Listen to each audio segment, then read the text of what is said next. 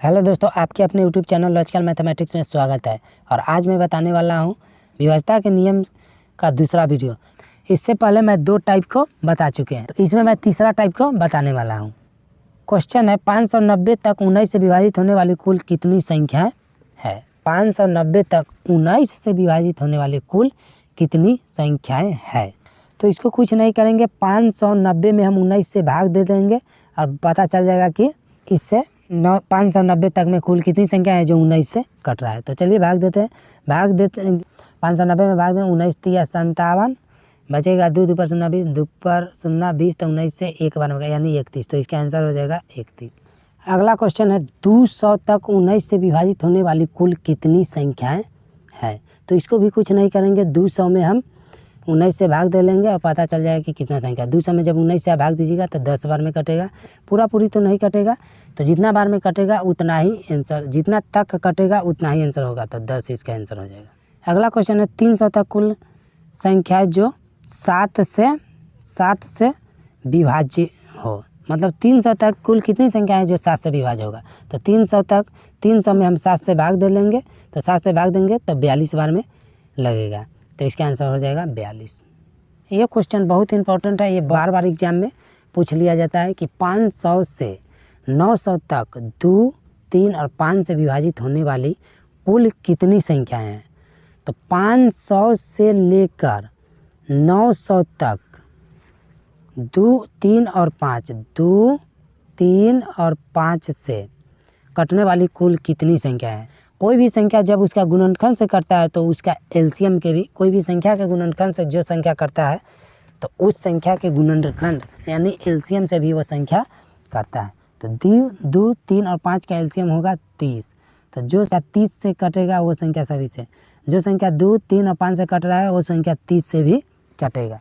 तो डायरेक्ट इसको हम 30 से भाग देकर पता कर लेंगे कि कितने बार में कितना संख्या है जो 30 से कट रहा है। तो इसको डायरेक्ट पहले 1 से 900 तक में पता करेंगे कि 30 से कटने वाला कितना है।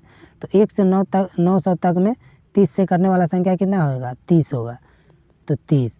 फिर 1 से 500 तक में पता करेंगे कि 30 से कटने वाला कितना है। तो 500 में 30 से भाग देंगे तो 16 बार में कटेगा, तो 16। तो 1 से 900 तक में से 1 से 500 तक के 30 से कटने वाला संख्या को घटाएंगे तो हमको खाली 5 से 900 तक कटने वाला संख्या पता चल जाएगा। तो 30 में से 16 जाएगा तो 14। तो इसका आंसर हो जाएगा 14। आई होप फ्रेंड्स ये भी प्रश्न आपको समझ में आया होगा। नेक्स्ट क्वेश्चन है 6 से पूर्णतः विभाजित होने वाली 3 अंकों वाली संख्या कितनी है। तो 3 अंकों वाली फ्रेंड्स, ये क्वेश्चन को आप बनाकर हमको कमेंट में जवाब दीजिए कि इसका आंसर क्या होने वाला है। अगला क्वेश्चन है 3 अंकों की ऐसी संख्या है जो 5 से पूर्णतः विभाजित होती है कितनी है। तो 3 अंकों वाली ऐसी कितनी संख्या है जो 5 से पूर्णतः विभाज्य होती है। तो 3 अंकों वाली संख्या कैसे स्टार्ट होता है, 100 से लेकर 999 तक की संख्या 3 अंकों वाला। तो हम 1 से 999 तक की संख्या पता कर लेंगे कि इतना में 5 से कटने वाला संख्या कितना है। फिर 1 से 100 तक के संख्या पता कर लेंगे कि इतना में 5 से कटने वाला संख्या कितना है। और तब 1 से 900 तक के संख्या 5 से कटने वाला में से 1 से 100 तक संख्या 5 से करने वाला घटा लेंगे, वही आंसर होगा। तो इसका भी आप बनाकर हमको कमेंट में जवाब दीजिए कि इसका आंसर क्या होने वाला है। अगला क्वेश्चन है 300 तथा 500 के बीच 300 तथा 500 के बीच 17 के गुणजों की संख्या क्या होगा। मतलब 300 तथा 500 के बीच 17 से कटने वाला संख्या पूछ रहा है। तो 300 और 500 के बीच का रहा है। तो पहले हम 1 से 500 तक में 17 से कटने वाला संख्या को पता कर लेते हैं। तो 17 से 29 बार में। फिर 1 से हम 300 तक में पता कर लेंगे कि 17 से कटने वाला संख्या कितना है। तो 17 से 17 बार में। 300 में जब 17 से भाग देंगे तो 17 बार में लगेगा। अब ये 29 में से हम ये 17 को घटा लेंगे। तो 29 में से 17 को घटाएंगे तो 12। तो इसका आंसर हो जाएगा 12।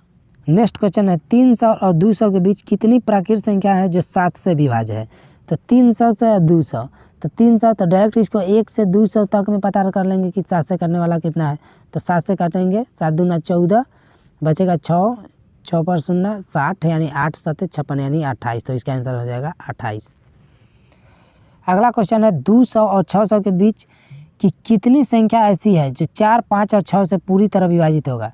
तो इसको भी कुछ नहीं करेंगे, जैसे ये प्रश्न बनाए थे वैसे ही इसको भी बनाएंगे, वैसा ही इसको भी बनाएंगे।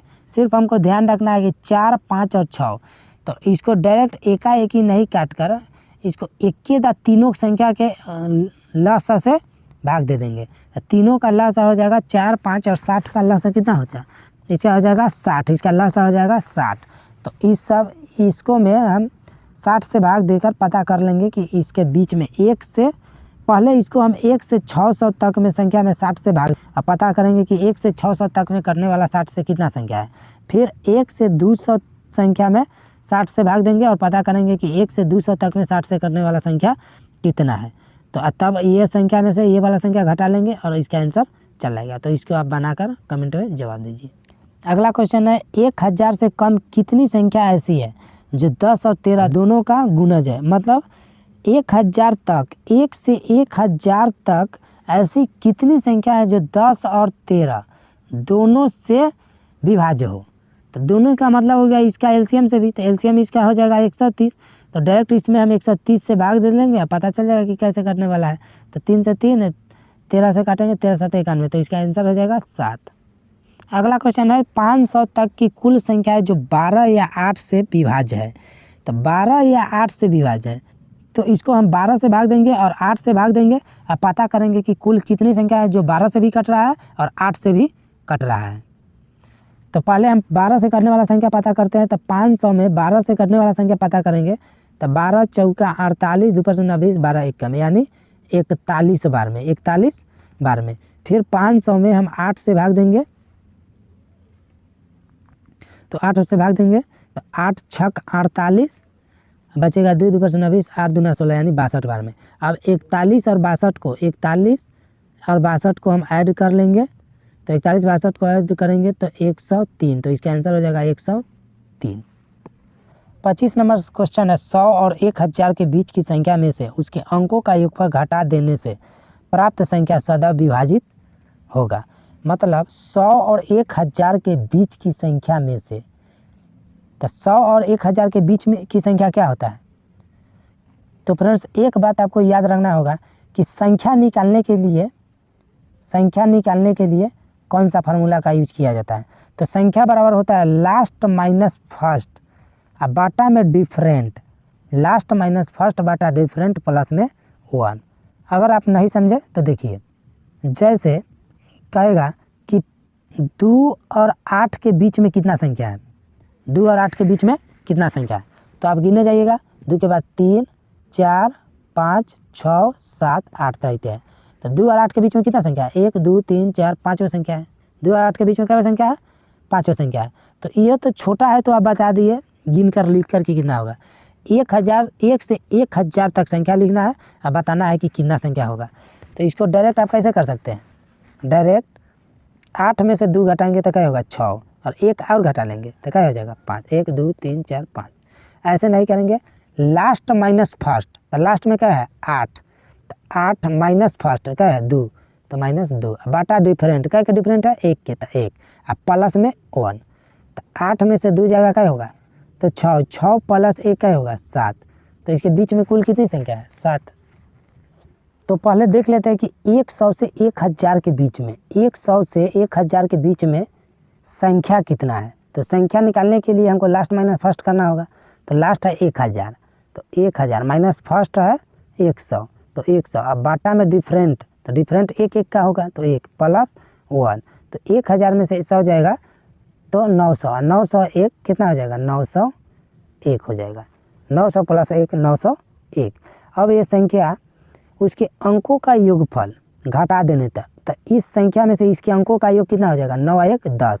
तो इसमें से 10 घटाएंगे तो कितना हो जाएगा फ्रेंड्स, यहाँ घटाएंगे तो 1 में से 0 जाएगा 1, और 0 में से फिर 90 में से 1 जाएगा तो 89। तो 891, 891 ये हमेशा कैसे कटेगा, हमेशा कैसे कटेगा। तो ऑप्शन में 3 है, 6 है, और 5 है, 12 है। तो 5 से तो कटेगा नहीं, 6 से भी, 6 से कटने का नियम है, जो 2 से कटेगा वो 6 से, 2 और 3 से दोनों से कटेगा वो 6 से कटेगा। तो अंतिम में विषम संख्या है तो ये 2 से कटेगा नहीं, तो 6 से भी ना कटेगा। 12 से भी कटने का नियम है, जो 4 से और 3 से कटेगा वो 12 से कटेगा, तो ये 4 से भी नहीं कटेगा। तो ये संख्या हमेशा 3 से विभाज्य होगा। तो इसका आंसर हो जाएगा ऑप्शन ए 3 हो जाएगा। अगला क्वेश्चन है फ्रेंड्स, ये क्वेश्चन आपको नोट करके आपको रख लेना है, इसको ध्यान में एनी टाइम रखना है। जब 2 अंकों या उससे बड़ी किसी संख्या में से जब उस संख्या के अंकों का योग को घटा दिया जाए तो प्राप्त संख्या निम्नलिखित में से किससे पूर्णतः विभाजित होगी। फ्रेंड्स ये बात आपको ध्यान में रखना है कि कोई भी आप संख्या 2 को लीजिए, कोई 2 संख्या लीजिए और उसके अंकों का योग, उस संख्या के अंकों का योग उस संख्या में से घटाइए। तो इसका अंकों का योग क्या होगा, 4 और 2 6। जब इस संख्या में से घटाएंगे तो क्या हो जाएगा 18। तो जो संख्या बचेगा वो हमेशा कैसे विभाज्य होता है, हमेशा 9 से विभाज्य होता है, हमेशा 9 से विभाज्य होता है। आप कोई भी 2 अंक का कोई भी संख्या लीजिए, मान लिए हम 99 लिए, 2 अंक का 99, 2 अंक का संख्या है ना 99 लिए। अब इसके अंकों का योग, तो अंकों का योग क्या होगा, 9 का 9 18, 18 को हम इसमें से घटा लेंगे। तो इसमें से घटाएंगे तो कितना हो जाएगा, 9 में से 8 जाएगा 1 और 9 में से 1 जाएगा 8। जो संख्या बचा वो हमेशा कैसे विभाज्य होगा, 9 से विभाज्य होगा। ये संख्या 9 से, आप कुछ भी लीजिए, जैसे हम 65 लेते हैं और इस संख्या का योग यानी 6 5 11, 11 इसमें से घटाएंगे तो 5 में से 1 जाएगा 4, 6 में से 1 जाएगा 5, 54। तो ये 54 हमेशा कैसे विभाज्य होगा, 9 से। तो हमेशा कैसे विभाज्य होगा, 9 से। तो कोई 2 संख्या आप लीजिए और उसके अंकों का योग उस संख्या में से घटाइए तो हमेशा कैसे करता है, 9 से करता है। टेस्ट ऑफ डिविजिबिलिटी के सभी प्रश्न हम बारी बारी से बता दिए और आप कोई भी बुक उठाइए और उसमें टेस्ट ऑफ डिविजिबिलिटी के क्वेश्चन बनाइए, उस सभी क्वेश्चन आपसे बन जाएगा। तो अगर फ्रेंड्स वीडियो समझ में आया है तो लाइक शेयर एंड सब्सक्राइब कर दीजिएगा। बहुत मेहनत लगता है इसको बनाने में। तो चलिए मिलते हैं नेक्स्ट क्लास में। जय हिंद।